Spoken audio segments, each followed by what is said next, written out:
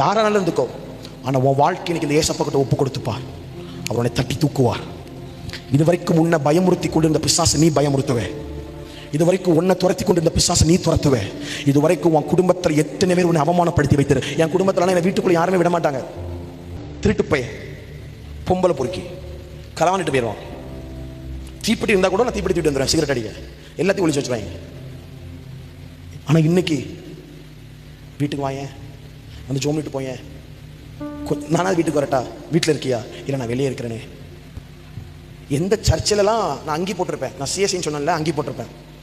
அங்கி போட்டிருக்கும் போதே கூலி வச்சிருப்பேன். சர்ச்சிலலாம் சொல்லிட்டாங்க இந்த திருட்டு போய் கூட யாருமே சேரக்கூடாதுட்டாங்க.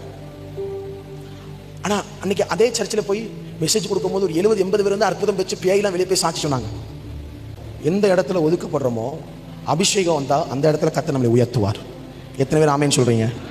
தம்பி இது வந்து அண்ணே அபிஷேகம் வந்தோடனே எனக்கு மண்டெல்லாம் உடஞ்சிருமோ, எனக்கு செத்து போயிடுவேணும், ஒரு மாதிரி ஆயிருமோ. நான்லாம் ஒரு காலத்தில் அப்படி தான் நினச்சேன். நான் அப்படி தான் நினச்சேன். எல்லாம் சும்மா அப்படி நினச்சேன். ஆனால் நமக்குன்னு சூடு பட்டாதானே தெரியும். ஐயோ இது தாங்க முடியாத கிருபை, இதை நீ விட்டுறக்கூடாது தம்பி தங்கச்சி, இதை விட்டுறக்கூடாது. இதுவே கிருபையின் காலம்.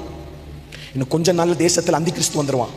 வசனம் சொல்லுகிறது பரலோகத்தில் டினாமினேஷன்லாம் கிடையாது. பரலோகத்தில் வந்து டினாமினேஷன் கிடையாது. ஆண்டவர் நியாயத்திற்பார் 2 டினாமினேஷனை வைப்பார். ஒன்று வெள்ளையாடு, இன்னொன்று செம்பெரியாடு. ஒரு ஆட்டை ஒரு கூட்டத்தை நரகத்துக்குள்ள தள்ளுவார், ஒரு கூட்டத்தை பரலோகத்துக்குள்ள கொண்டு வருவார்.